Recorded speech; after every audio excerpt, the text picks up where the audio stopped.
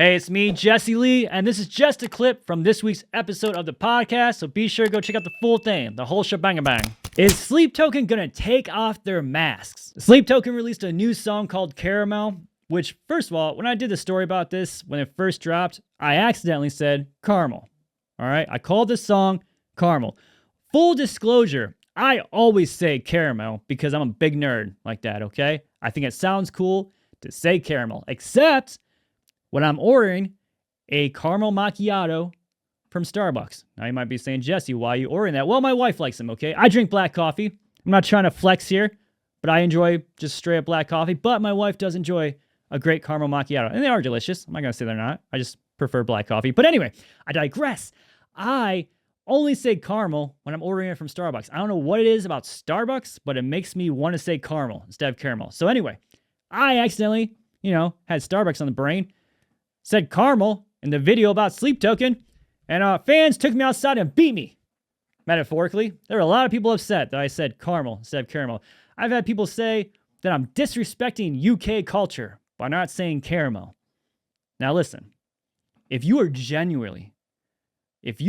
legitimately upset that I pronounce the word caramel as caramel, you are a giant nerd, okay? And I'm saying that as somebody who's a giant nerd.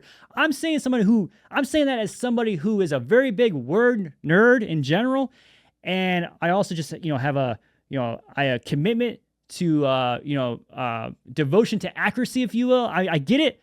And I say the word caramel. I'm with you 100%. But if you genuinely are upset by this, you got to spend less time online is all I'm saying. All right. So all that aside, they released that song, right? It was heavily teased for about a week.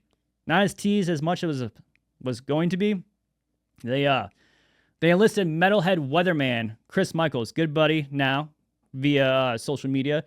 And he was doing all these teaser clips in his weather forecast. So Chris Michaels posted a teaser. It says, prepare for 3/29, March 29th. Something's coming. It's got the Sleep Token logo behind him, music playing ominously, teasing something. 3/29 comes around. It says the story is developing. Check back on 3/31. Check back March 31st for some news. Story's developing. March 31st rolls around. Still nothing new, but yet another teaser. Now, at this point, fans are like, okay, this has been a teaser of a teaser of a it's an announcement of announcement of announcement. It's a little much. Fans are getting upset. Fans become irate. At this teaser on March 31st, he says, check back on April 2nd. And there's another little clue. But at this point, fans have started harassing Chris Michaels, the weatherman. They've started infiltrating his live streams for his actual weather updates.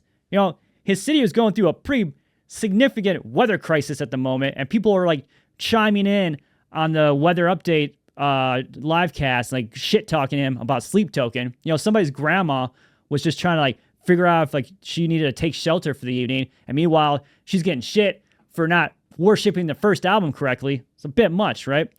So after this, Sleep Token cancels the whole clue that was supposed to drop on April 2nd, and they just say an hour later, they're like, hey, new song, April 4th, Caramel, check it out. And I have a lot of people saying this was a plan all along. They were gonna, drop the song on April 4th. But no. Chris Michaels said in a post on Instagram, he assured us that the plan was to do another clue on April 2nd, but it all got scrapped when everything went haywire. So they released a new song, Caramel. And again, the timing is pretty coincidental because of all this drama with the puzzles, the teasers, the fans yelling at grandmas and weather live streams.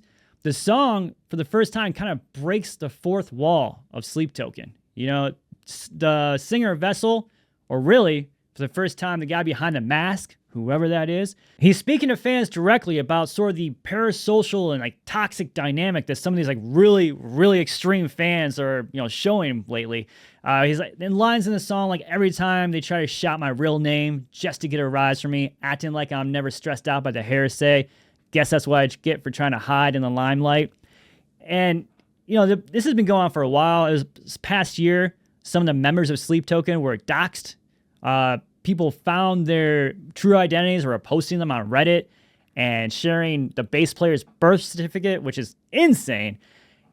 It feels like this obsession is starting to boil over. It's getting to the point where the band might just give up being anonymous. It might just like, you know what, it's not worth it anymore, because what intrigued people about the band so much in the beginning, this anonymity, this mystery, has driven people bonkers and doing crazy things like doxing band members. You know, you don't have to do all that, by the way. You don't have to search birth certificate records and like find home addresses. You can just Google who's in the band if you really want to know. The information's out there. I'm not going to tell you right now. I'm not going to spoil it. You know, I ruin a lot of things. Oh, I spoil a lot of stuff. I mess up a lot of people's days, but this is not one of those opportunities. I'm not going to tell you who's in the band. You can go Google if you want, but it's out there if you want to be a buzzkill about it. And I just don't know if they can keep the gimmick, I hate to use that word, but the gimmick up forever. You know, eventually they're going to have to kind of peel back the mystery. I feel like every band, when they get to a certain level of fame, they have to peel back the mystery. You know, Slipknot eventually took off their masks. I feel like they weren't on the level of as mysteriousness as Sleep Token is, but for a long time, no one knew who Corey Taylor really was initially. Ghost frontman Tobias Forge, he never planned on taking his mask off. He never planned on revealing who was behind the Papa characters. But, you know, back in 2017, he got sued by former Ghost band members over like royalties and like unpaid money for like touring and whatnot. And unfortunately, Tobias Forge can't just show up in court dressed as Papa, 4 or whatever, which would be cool though. If he just showed up full Papa gear in court, and every time they try to get him to take it off, he just said it was his religion, and he started. You could probably use that. He could probably, if he wanted to really push it, he could probably use this is my religion. You can't make me take this off. Yeah, man, he could have kept that going maybe a little bit longer, but he didn't. He revealed that he was Tobias Forge.